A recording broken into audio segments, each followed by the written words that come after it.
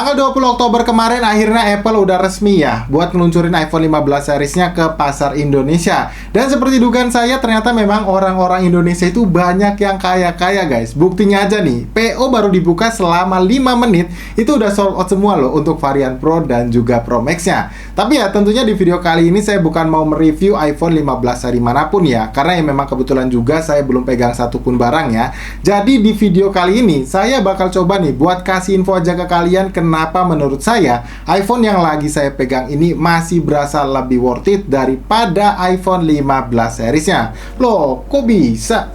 Yuk kita bahas.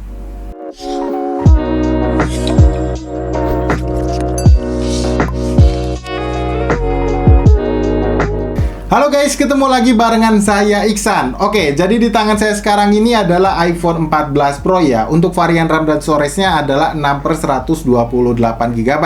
Yang mana untuk harganya saat ini tuh bisa dibilang jauh lebih murah daripada iPhone 15 Pro series dan masih sedikit lebih murah juga dari iPhone 15 ataupun iPhone 15 Plus-nya. Dan ini adalah dasar utama saya ya, kenapa iPhone 14 Pro yang bakal kita bahas kali ini masih berasa lebih worth it untuk kalian beli daripada iPhone 15 seriesnya. Tapi ya sebelum itu saya mau ngucapin terima kasih dulu nih sama Studio Ponsel yang selalu jadi tempat andalan saya untuk beli smartphone premium. Kenapa? Karena ya selain harganya yang bisa dibilang cukup bersaing, unit yang dijual udah pasti original dan bergaransi resmi. Jadi untuk kalian yang mau beli iPhone atau smartphone flagship lainnya, cus langsung aja ke Studio Ponsel. Dan seperti biasa untuk link pembeliannya udah saya taruh di kolom deskripsi. Oke, kembali ke pembahasan kita tadi ya. Kenapa menurut opini saya iPhone 14 Pro ini tuh masih lebih worth it untuk dibeli ketimbang iPhone 15 series, terutama untuk yang non-Pro-nya. Tentu aja soal harganya guys. Yang mana untuk selisih harga antara iPhone 14 Pro dengan iPhone 15 di varian 128 GB-nya ini bisa dibilang hanya sekitar 1,5 juta aja. Terlebih kalau kalian mau bandingkan dengan varian storage 256 GB-nya, di mana untuk selisih harga dari keduanya hanya sebesar 1 juta aja. By the way, list harga barusan itu saya ambil dari website auto resellernya ya, kayak di Digimap dan juga iBox. Nah, pertanyaannya sekarang adalah apakah hanya karena harganya aja iPhone 14 Pro ini jadi masih sangat recommended untuk kalian beli? Jawabannya tentu tidak guys. Ya walaupun memang di atas kertas ya, untuk spek di antara keduanya cukup banyak kemiripan, semisal chipset yang dipakai masih sama-sama memakai chipset A16 Bionic, tapi untuk kemampuan fotografinya iPhone 14 Pro ini masih lebih unggul ya, berkat ketersediaan mode ProRAW untuk foto dan ProRes untuk videonya. Yang mana memang nggak dibawa ya pada seri non-Pro-nya di iPhone 15 series kali ini. Ya, walaupun memang ada fitur fotografi kayak dedicated mode portrait di mode autonya, ya saya rasa fitur kayak gitu tetap nggak bisa menggantikan mode foto ProRAW atau ProRes yang memang saya rasa juga ini tuh bakalan lebih kepake ya buat kamu yang hobi bikin konten cuma pakai handphone aja. Yang selanjutnya, tentu aja soal desain ya. Kita semua pasti paham lah kalau kasta tertinggi dari sebuah iPhone itu terletak dari seberapa banyak jumlah boba yang ada di bumper kameranya. Yang tentu kalau dilihat di iPhone 14 Pro kali ini, ketiganya itu memiliki fungsi masing-masing seperti 48 megapiksel lensa kamera wide, 12 megapiksel lensa kamera ultrawide, dan 12 megapiksel lagi lensa kamera telefotonya.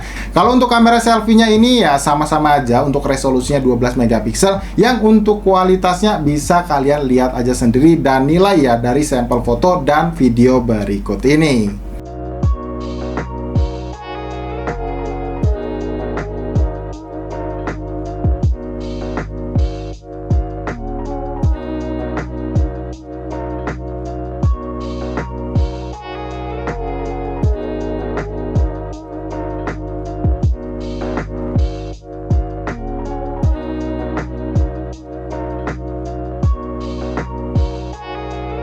Ya, jadi untuk kualitas perekaman video dari lensa kamera utama iPhone 14 Pro-nya seperti ini guys. Dan ini saya rekam di resolusi 4K 60 fps-nya. Dan di resolusi ini kalian juga masih bisa pindah-pindah lensa guys. Di sini tuh ketulisnya 2x, bahkan untuk 3x-nya juga bisa. Tapi sayangnya untuk yang ultrawide atau yang 0,5 dia nggak bisa guys. Dan kalau saya bawa jalan, POV gambarnya ya tentunya ini stabil lah ya. Nah seperti ini tuh. Ya kalau ngomongin soal kualitas warna, dynamic range, ini nggak perlu diraguin lagi sih ya untuk iPhone 14 Pro-nya. Nah, kalau untuk kualitas perekaman video dari lensa kamera depannya kayak gini guys, dan ini saya rekam di resolusi yang sama juga ya, yaitu 4K 60 fps kayak di lensa kamera utamanya tadi. Dan ini adalah resolusi maksimal yang bisa kalian pakai dari iPhone 14 Pro nya ini di kedua lensanya tadi. Cuman buat lensa kamera selfie ini tentunya nggak bisa pindah-pindah lensa kayak di lensa kamera utamanya tadi ya guys ya. Dan kalau saya bawa jalan untuk stabilisasi gambarnya, ya ini walaupun memang nggak sestabil lensa kamera utamanya tadi, tapi ini udah bagus kok kalau kalian mau pakai di resolusi 4K 60 fps nya. Tentu dengan gambar yang lebih smooth seperti ini ya pasti lebih kasih POV gambar yang lebih baik ya. Walaupun terus terang ya guys ya, ini tuh kondisi sebenarnya lagi trik-triknya tuh, langit juga masih kelihatan biru ya. Itu nggak tahu kenapa karakter warna atau cahaya yang ditangkap dari lensa kamera selfie-nya itu kayak agak kurang, cenderung shadow-nya tuh kayak terlalu kuat gitu, jadi kurang ter-highlight dengan baik untuk bagian wajahnya. Ya walaupun sebetulnya ini cuma selera aja ya, buat kalian yang mungkin kulitnya udah putih gitu, jadi ya nggak ada masalah ya. Tapi buat kulit ya sawo mateng kayak saya kayak ini, kelihatannya itu jadi lebih gelap gitu daripada aslinya. Ya buat kualitas perekaman audio sendiri kayak gimana, kalian juga bisa bantu aja ya untuk tulis di kolom komentar yang ada di bawah. Oke, kita lanjut ke bagian performanya. Jujur selama saya pakai HP ini tuh bener-bener nggak ada komplain apa-apa guys. Bahkan ya bisa dibilang terlalu puas lah buat digambarin lewat kata-kata. Asik gak tuh?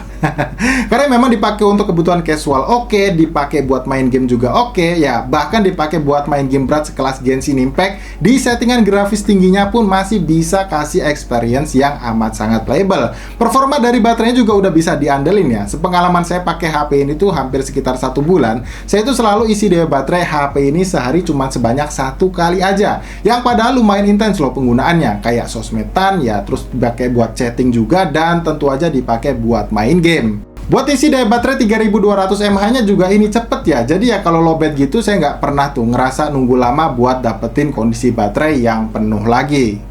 Oh ya, saya tuh hampir aja kelupaan ya guys buat bahas soal bagian layarnya, yang menurut saya ini juga bakalan jadi poin penting ya, kenapa iPhone 14 Pro lebih layak buat dibeli daripada iPhone 15 ataupun 15 Plus nya.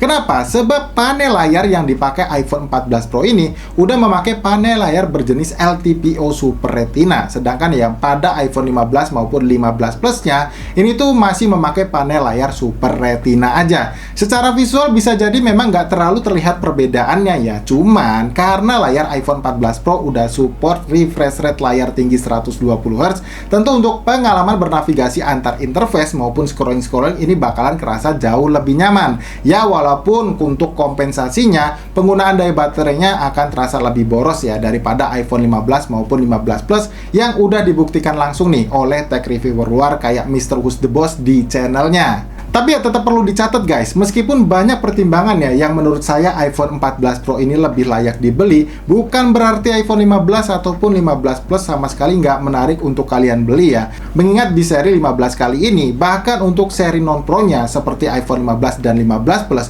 udah menggunakan port charger yang jenisnya Type-C. Ya walaupun lagi-lagi menurut opini saya justru menghilangkan kesan istimewa ya dari sebuah iPhone, tapi dengan begini kalian itu udah nggak perlu lagi nih ribet bawa banyak kabel, mengingat untuk saat ini tuh hampir semua gadget udah memakai port yang jenisnya Type-C.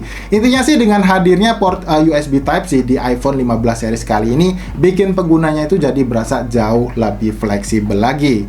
Well, nggak ada kesimpulan sebetulnya untuk video kita kali ini, jadi ya silahkan kalian beli aja sesuai dengan kantong dan gaya hidup kalian, karena biar gimana pun yang lagi saya bahas kali ini adalah sebuah smartphone yang notabene-nya itu udah dijadiin banyak orang sebuah benda yang mencerminkan status sosialnya.